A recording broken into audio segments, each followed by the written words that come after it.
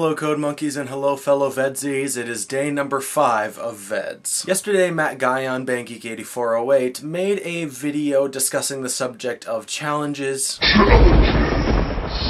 and of course punishments. Now,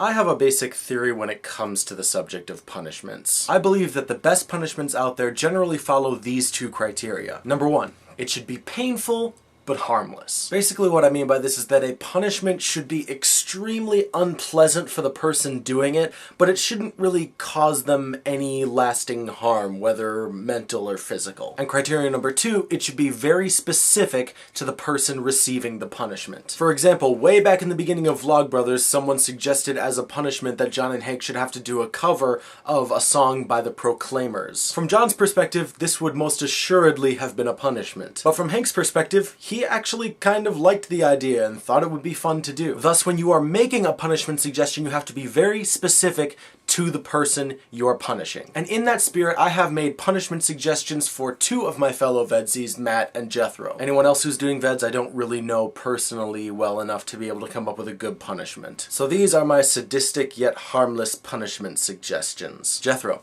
if you fail to make a video on a given day of VEDS, of course barring technological issues and things like that, you will have to take the wife, is that what we're calling her on YouTube now? The wife, is that what we're calling her? I think it is. You will take the wife to a sushi restaurant of your choosing. Now, I don't really care what sushi restaurant it is, but it has to be good sushi. It has to be like real, legit sushi. I don't want any, 5-cent dollar store crap here. The both of you will look over the entire menu and then she will pick out something that you both think looks delicious. And then, Jethro, my friend, you must sit there and watch her eat the meal in its entirety by herself.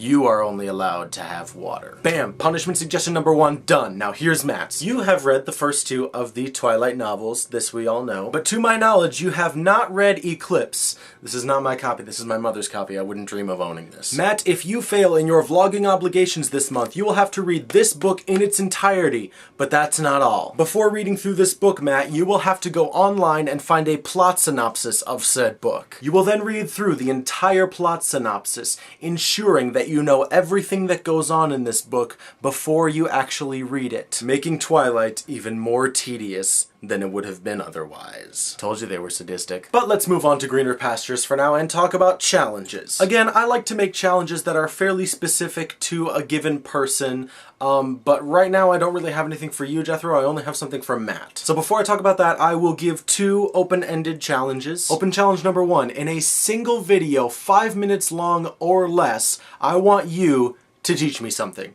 Very simple, very open-ended, just teach me something that I don't know about. Open challenge number 2, write a song about VEDS. This can be a full-length song, or this can just be like a brief little stint that you might put as like a video intro, something like that. Doesn't really matter, just write a song about VEDS. See what you can do with it. But Matt, I said that I did have a specific challenge for you, and I do, so here it is. You and I, of course, did the V for Vendetta review together, and you also recently finished reading through Watchmen, and you have expressed interest in reading The Killing Joke. And Matt, I cannot help but notice that all of those graphic novels have something in common. Something very opinionated and very beardy in common. So Matt, this is my challenge to you.